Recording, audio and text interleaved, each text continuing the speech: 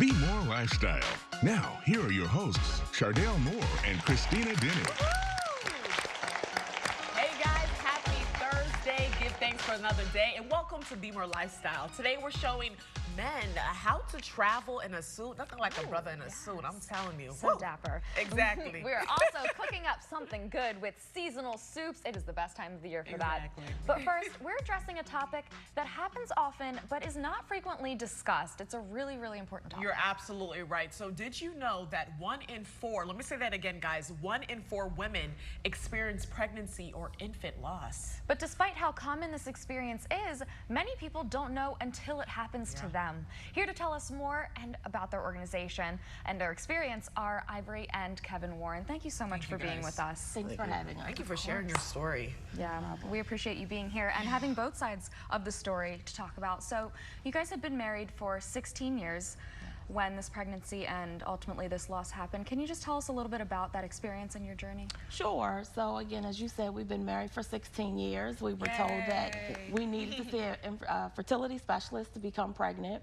Went away at his fraternity's conference to Disney World, had a great vacation, went down 2 and came back 3. Right when the semester started, I'm a professor.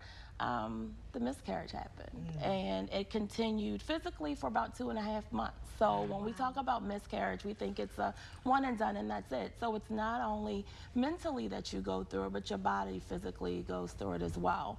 And so we did realize at that time that we might need a little bit of help, but it was just even to help each other and to know, to be able to support each other as well. Talk to us about the road to healing and what you ultimately did. Okay, so we're still on that road to healing. One step at a time. One step at a time, one moment at a time. As he's been telling me the past year, trust the process, and I'm like, I don't want to hear it anymore. What has helped, we're both private, both introverts, but what has helped me and ultimately him, he won't say it, is we started Loving Our Angel. We have a nonprofit, the Warren Foundation, and Loving Our Angel actually started as a blog. And it helped me to actually put into words exactly how I was feeling.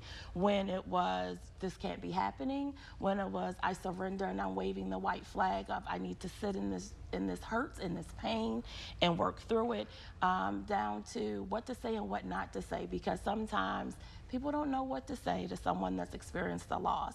Or sometimes we have expectations of people because we've been there for them that we actually need to remove, so we're not going through that as well. So Loving Our Angels started because of that, and hopefully that it's able to reach one person to help them share, or if not, just send me an email to know that they're not alone. Yeah, well, you guys are definitely making a difference, and having this conversation is so important because miscarriages are actually very common. People don't like to talk about that.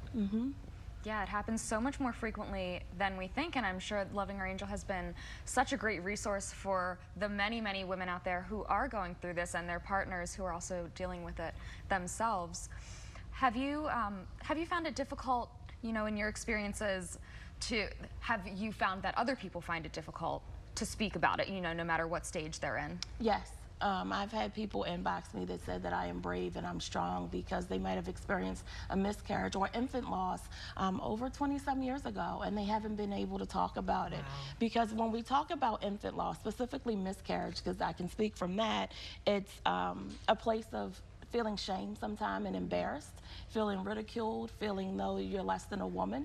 At the same time, one of the things that's important with Loving Our Angels, I've shared resources to help men through it as well, because we're always sometimes focused on the woman, on the mom, that we forget to focus on the dad.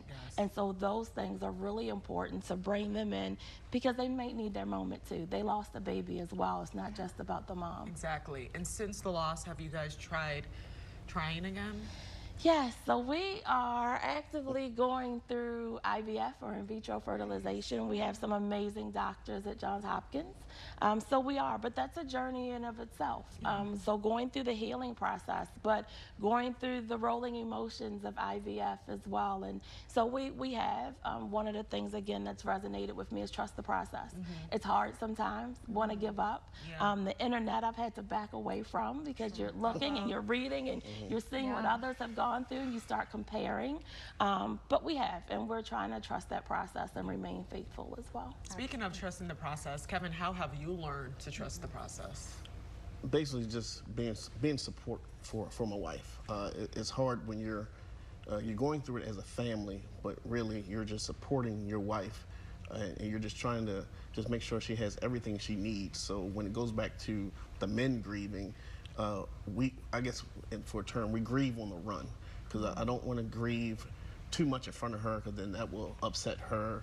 So you just want to make sure she's okay, make sure, you know, she's doing what we have to do. And I wasn't a fan of the blog at first, because I'm like, okay, you know, is this really a good idea? But I saw how it was helping her. So if it was helping her, then it was, I was supported. But then I saw, like she said, the inboxes, the emails. Yeah. I'm like, wow.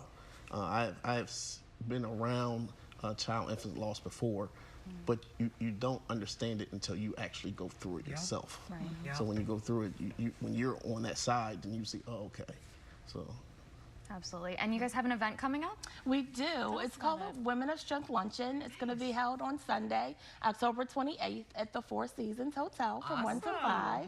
And the event, I wanted to, this past August, mark the first anniversary, I can't talk, for our baby. And what I wanted to do was something to celebrate women. It's not it's for all women. It's for women, so I can celebrate those, or the foundation can celebrate those that have experienced a loss. It is for their village that have supported them through the journey as well, and also celebrate angel babies too. So no one will be made to share their stories if they don't want to. Of course, I'm sharing mine, but I have a panel of guest speakers that are coming that are actually part of my medical healing journey.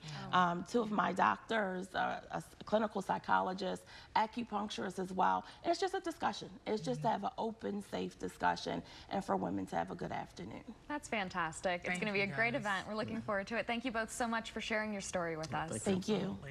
Yeah, and Keep check going. out. Yes, absolutely. All the best for your future. Thank you.